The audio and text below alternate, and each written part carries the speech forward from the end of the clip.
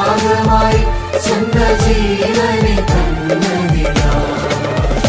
ഞാൻ സങ്കേതമായി എന്റെ കൂടെയുണ്ട്, അവൻ മാത്രമൻ നല്ലിടയൻ. തിരുക്കരങ്ങളാൽ അനുദിനം നടത്തുകയാ. കൃപയാൽ കൃപയാൽ ദൈവകൃപയാൽ ഞാൻ ജീവിക്കുന്നു. കൃപയാൽ കൃപയാൽ ദൈവകൃപയാൽ ഞാൻ ജീവിക്കുന്നു.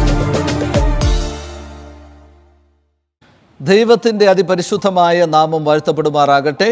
അനുഗ്രഹമേറിയ ഒരു പ്രഭാതം കൂടി അനുഗ്രഹിച്ച് നൽകിയ സ്വർഗത്തിലെ ദൈവത്തിന് നന്ദി അറിയിപ്പിച്ചുകൊണ്ട് ദൈവത്തിൻ്റെ വചനങ്ങളെക്കുറിച്ച് ചിന്തിച്ച് നമുക്ക് ഈ പ്രഭാതം ആരംഭിക്കാം.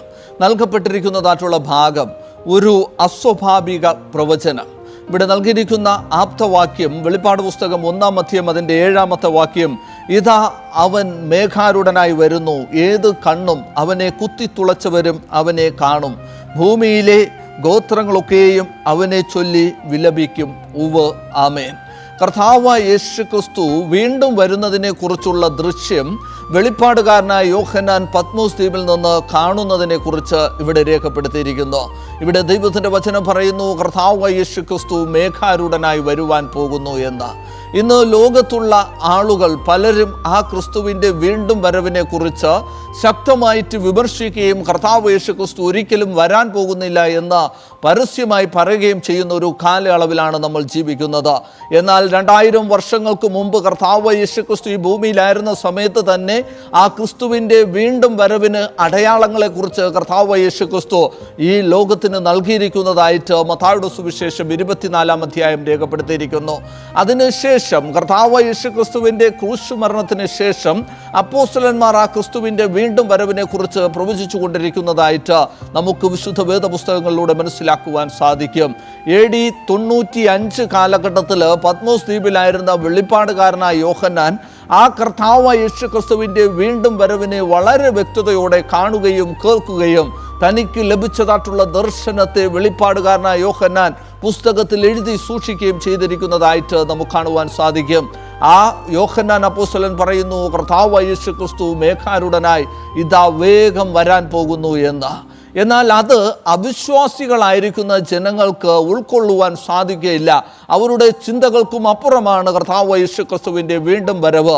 കാരണം അവരിന്ന് ഈ ലോകപരമായിട്ടുള്ള ജീവിതങ്ങളിൽ മുഴുകി ആധുനിക സുഖ സൗകര്യങ്ങളിലായിരിക്കുന്നത് കൊണ്ട് ഒരിക്കലും അതിനെ വിട്ട് പുറത്തേക്ക് വരുവാൻ അവർക്ക് സമ്മതം ഇല്ല, അല്ലെങ്കിൽ അവർ അതിനെക്കുറിച്ച് ചിന്തിക്കുന്നില്ല. എന്നാൽ വിശ്വാസികളായിരിക്കുന്ന കർത്താവായ യേശുക്രിസ്തുവിന് വേണ്ടി കാത്തിരിക്കുന്നവർക്ക് ക്രിസ്തുവിൻ്റെ വീണ്ടും വരവ് എന്ന് പറയുന്നത് വലിയൊരു പ്രത്യാശയാണ്.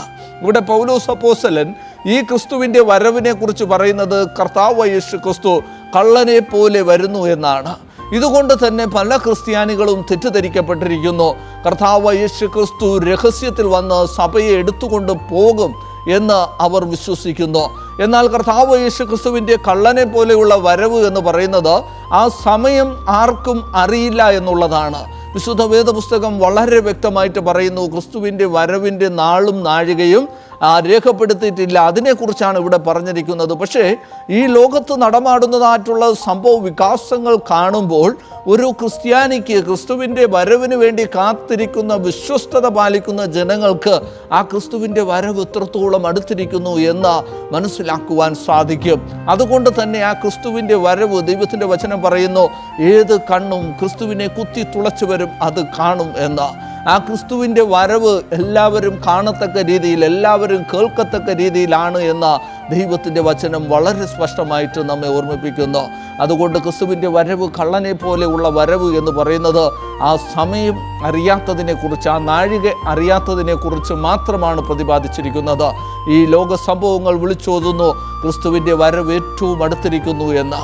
അതുകൊണ്ട് ആ ക്രിസ്തുവിൻ്റെ വരവിനായി നമുക്കെല്ലാവർക്കും ഒരുങ്ങാം, നമുക്കെല്ലാവർക്കും കാത്തിരിക്കാം. ദൈവം നിങ്ങളെല്ലാവരെയും അനുഗ്രഹിക്കുമാറാകട്ടെ. ആമേൻ. നമുക്ക് കണ്ണുകൾ അടച്ചൊരു നിമിഷം പ്രാർത്ഥിക്കാം. മഹോന്നതങ്ങളിൽ വാസം ചെയ്യുന്ന അടിയൻ്റെ ജീവൻ്റെ ഉടയവനായിരിക്കുന്ന അടിയങ്ങളുടെ വാഴ്ത്തപ്പെട്ട കർത്താവേ, അങ്ങയുടെ വരവ് ഏറ്റവും ആസന്നമായിരിക്കുന്നു എന്ന് അവിടുന്ന് കേൾപ്പിച്ച വലിയ കൃപകൾക്കായി നന്ദിയോട് സ്തുതിക്കുന്നു.